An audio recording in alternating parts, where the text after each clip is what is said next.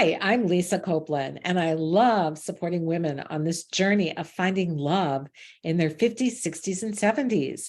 And today we're going to be talking about a really important topic, and that is whether your body language is giving men the wrong signals. So before we get started, though, if you have a second and want to subscribe to this channel, I would love it. This way you get notified when I post new videos here. Secondly, if you like this video, I hope you'll push the like button. And of course, leave a comment. I love hearing from you. Let's get started. Is your body language giving men the wrong signals? My friend Ron is the first person who brought to my attention the vibes our body language gives off to men. And one day he and I were at lunch and he said to me, "Turn around and look at that woman over there who is sitting with a man." He said, "I bet she loves having her neck kissed." And I looked at him and I said, "Ron, how do you know that?" And he told me it was so obvious because when she talked, she put her hand under her hair and on her neck. And without realizing it, what she was doing was showing the man she was with that she likes having her neck touched. Every time you're with a man or he's with you, each of you is giving off signals you might not even be aware of. I want to share some of these with you because once you get this, it's like having a behind the scenes playbook for knowing whether or not he's into you. So let's start with leaning in when you're talking with a man. This tells a man that you're warm, that you're friendly, and you're interested. And that's because when we like someone, we have a subconscious tendency to lean in towards them. Also, tipping your head towards a man signals the same thing. I think you're pretty interesting and I'm starting to like you. And when you pull away or you sit way back in your chair like this, in essence, you're telling a man you're turned off and you're not interested. Want to know if he's interested in you? If you're standing and talking, look down at the direction his feet are pointing. If they're pointing towards you, it's a pretty good sign he's into you. If his feet point away from you, that's a pretty good indicator he's not going to ask you for a second date.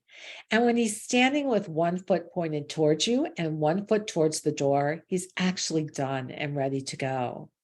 When you're on a date, don't do this. Don't cross your arms or put your purse directly in front of your body. This gives off the vibe of being closed off.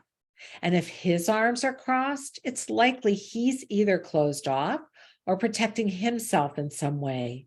When this happens, try leaning in like this towards him or tip that head.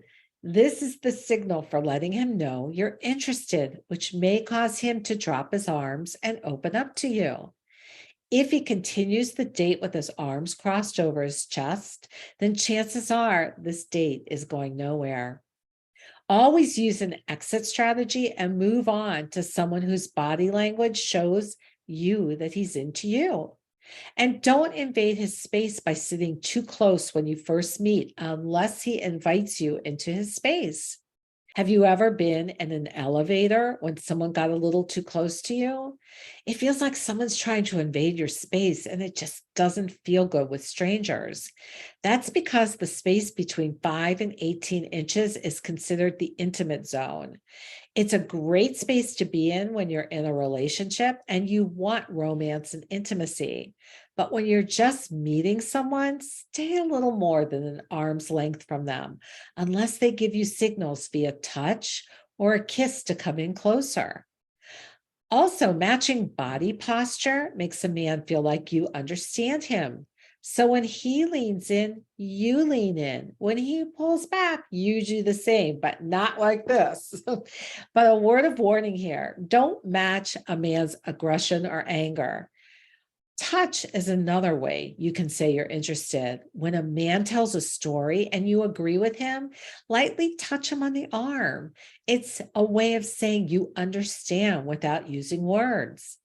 Most people like touch and they respond to it in a positive way. That's because touch feels good and it makes the person being touched feel special. And we all love feeling special, right? Now, to inspire you that love is possible for you too, this is from my client, Angela. And she wrote and said, I'm dating an amazing man. Lisa, your teaching had a profound effect on the way I dated over the last 2 years. I've used your advice in countless interactions with men. I met by text and in person many different men. Some were really nice and some not so nice. I dated one potential partner for 6 months until, thanks to what I learned from you, I finally realized we were not a match in 3 important areas. Now I'm dating an amazing man. We're the same age and the same activity level. We match intellectually, emotionally, and physically. And we are taking this relationship very slowly, building what I believe could be, maybe, hope is a long-term committed relationship. Thank you for your help, guidance, and support as I committed to the effort of meeting my guy. If you want some ideas for being successful for finding love at this time in your life, we've put some resources below. Check them out. Until next time, I so believe in you. You've got this.